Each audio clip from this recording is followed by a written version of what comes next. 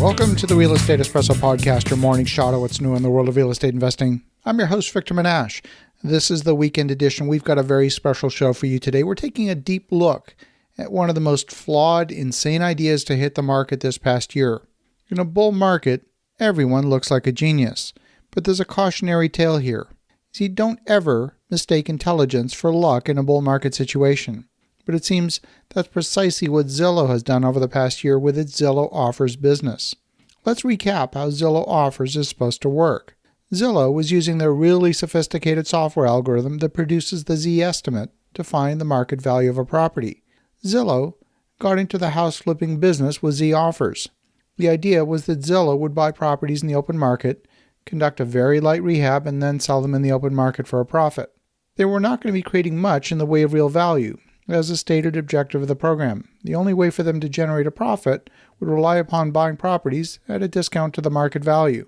What Zillow would do is they would look at comparable properties in the market and then buy those it considered to be a bargain based on its algorithm. Imagine you had two houses in the same part of town. They both have the same square footage, have the same number of bedrooms and the same number of bathrooms. One house is priced at $220,000, the other one is say priced at $180,000. Zillow would say the fair market value for those two houses was $200,000. They would then go into the open market and offer $190,000 for that $180,000 house, thinking they bought a bargain. Now, don't get ahead of me. You probably found the flaw in this thinking already. It seems that Zillow has discovered something that real estate investors have known for a long time. The Z-estimate algorithm is actually not that good. There was a reason why one property was priced at $180,000 and the other one was priced at $220,000. The Zillow algorithm wasn't smart enough to identify the difference, but it was there. Instead of getting a bargain on the $180,000 house, they were actually overpaying by $10,000. Multiply that flaw by a few thousand homes, and you have the makings of a massive disaster. In a rising market, where the rising tide lifts all boats, the rising prices might hide the flaw, but as soon as prices stabilize somewhat, that massive flaw gets exposed for what it is.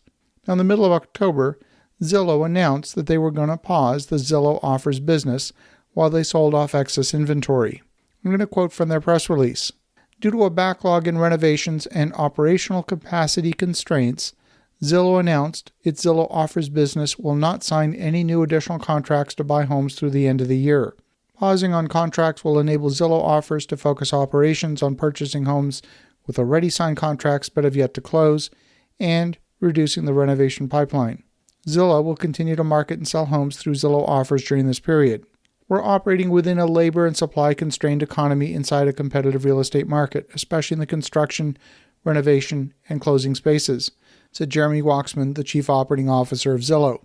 We have not been exempt from these market and capacity issues, and we now have an operational backlog for renovations and closings. Pausing new contracts will enable us to focus on sellers already under contract with us and our current home inventory. So that's what Zillow had to say on October 18th.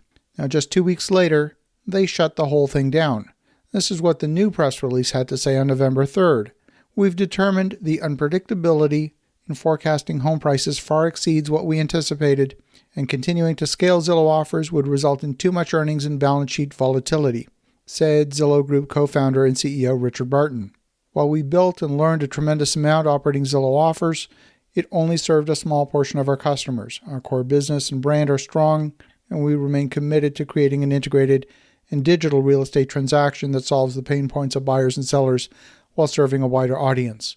The wind down is expected to take several quarters and will include a reduction of Zillow's workforce by approximately 25%.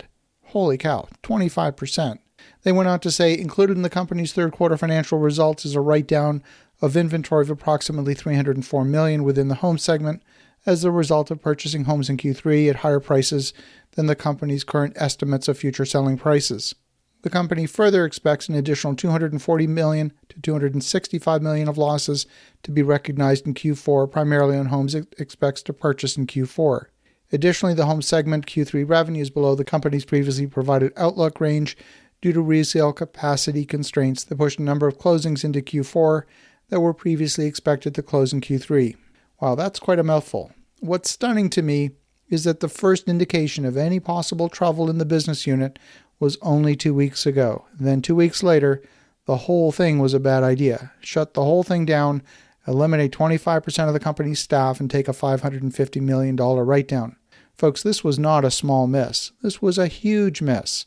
They flushed more than $500 million on a flawed idea.